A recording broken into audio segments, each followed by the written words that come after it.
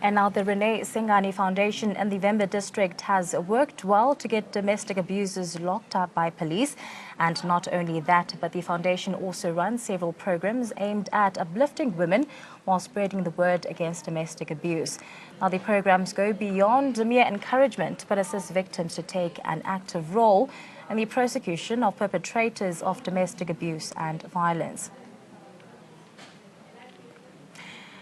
And now joining me in studio for more details on this and to actually discuss in depth her work of a foundation is Rinae Sengani, a survivor and game changer in her own right. A very good afternoon to you, Rinae. Thank you so much for joining us in our studios this Wednesday afternoon. I mean, we're still commemorating Women's Month, and I think that it's only fair that we pay special focus on the stories of women in South Africa. I mean, yours is quite very much different and very inspirational, if I may actually say so myself. Perhaps introduce yourself to us and give us a brief background on your story.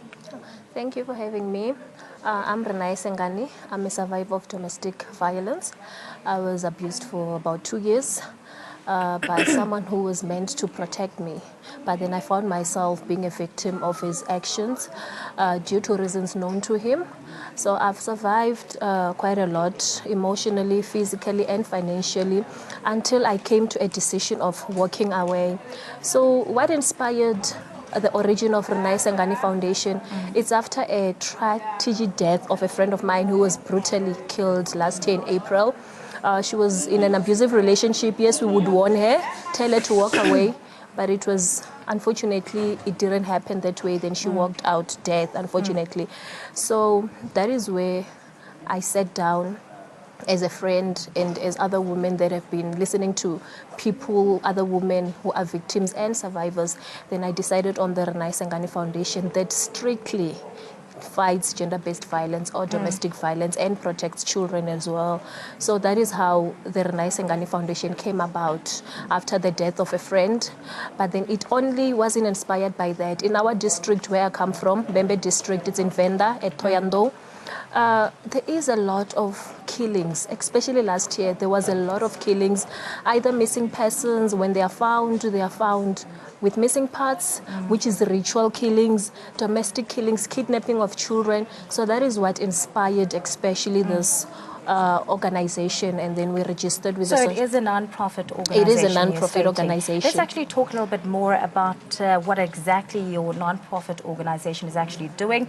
You know, yours is quite different in a sense that it doesn't only invite women to actually come and just speak about their problems, but you take action on those issues which women actually bring to the table. Talk us through some of these services that your organization has on offer for several women in the country, and exactly which women are actually invited to come over with their problems to your organization. Any woman, it doesn't. We don't restrict due to age. Any woman who finds themselves as victim, because honestly we are victims. It doesn't have to happen to you first in order for you to be a victim. So what we do is we try to get the cause of the domestic violence in a relationship. We try to prevent it before it happens, but it's unfortunate that not everyone would think like I do. Well, I walked away, but someone cannot actually walk away. So what we do basically is we try to workshop this woman. We hold seminars, we hold dialogues. It's Women's Month now. We're trying by all means to have all the seminars and workshops for women to tell us exactly what's happening with them. For those that are survivors, to tell us how they survived. For those that are victims, to tell us what is it that is so difficult for them to walk out of their relationship. And in most cases, you find that it's women that are dependent on men. Women that are not doing anything with themselves or their lives. So what we also do is, in cases where there are incidents of murder, we mobilize as women in the district, and then we go to court. Our aim of going to court being that we go there in numbers, we march outside the court, we hand in our memorandum, that being that the perpetrator shouldn't get bail. Because immediately when we go in numbers, then the magistrate gets to see that there is an angry group of women outside that is marching against this perpetrator's bail.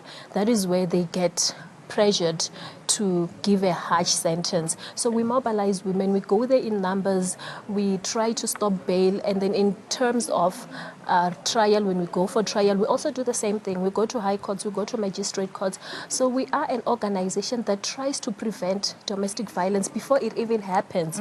But truth is that we are still very much living in a poverty environment, or in a poverty community wherein women are so dependent on men, and it's very hard to tell someone to walk out of a relationship wherein there is butter, there is bread, there is shelter. Yeah. Now let's talk a little bit more about the support that your organization is receiving. One can only imagine some of the challenges that, in running the organization that you may encounter. Now, talk us through with regards to any partnerships that you might be involved in. Are you working very closely with the police services? Are you working in cahoots with social workers and perhaps psychologists? Talk us through that. We are in partnership with SAPS. We are a stakeholder nationally. We are a stakeholder in our district as well. So SAPS is one of the departments that we really have partnered with. We have partnered with the justice, because that is where, like I was explaining earlier, that is where we go to courts. We have partnered with the social development. We are registered with the social development as a non-organization, a non-profit organization. And we do have a few partnerships. The University of Venda, we do partner with them in cases where they have community developments or community projects where they have to invite us. So the only challenge with us is fundings. You know how NPOs operate, but in terms of partnerships, we've partnered with the relevant departments or the relevant institutions. Yeah. But I think, over the times, with regards to speaking to several women on the issues of gender-based violence, I think, the main call has been to have the perpetrators actually convicted for the crimes that they are committing. Perhaps talk us through a little bit more about that, especially with regards to when you are educating women, that no matter in a situation where you are living off of a man and this man is supporting you, at home with regards to food, clothing, and all of that. I think they need to realize that when they find themselves in a position where they are physically abused or even emotionally abused in that sense, they need to, go straight to the police services. Talk us through that. It is a very big challenge in regards to having to convince someone to go to the SAPS to open a case. I'm not allowed personally. The social development does not allow me to take a victim straight to SAPS. What I can do is I can talk them through, give them options.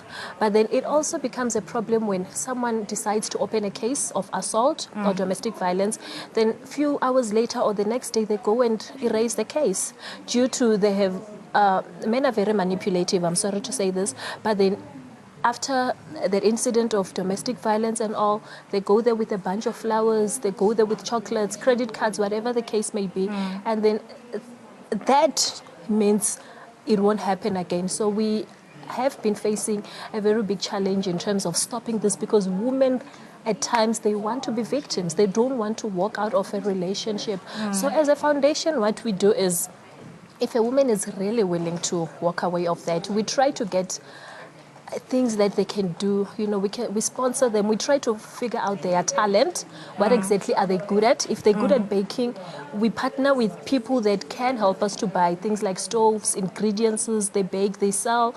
If they're good in sewing, we try to get people that can help us get machines, just to get them or to remove them out of that environment or the abusive situation that they're in. Yeah. Well, Rinae, we wish you nothing but the best with regards to your non-profit organization. Of course, the support that you are providing, hundreds of women who find themselves on the bad side of life, where they are facing the issue of gender-based violence in the country. But thank you so much for your time. Thank you for and for joining us in our studios this afternoon. Rinae Sengani, owner of a non-profit organization which is providing support for women of gender-based violence.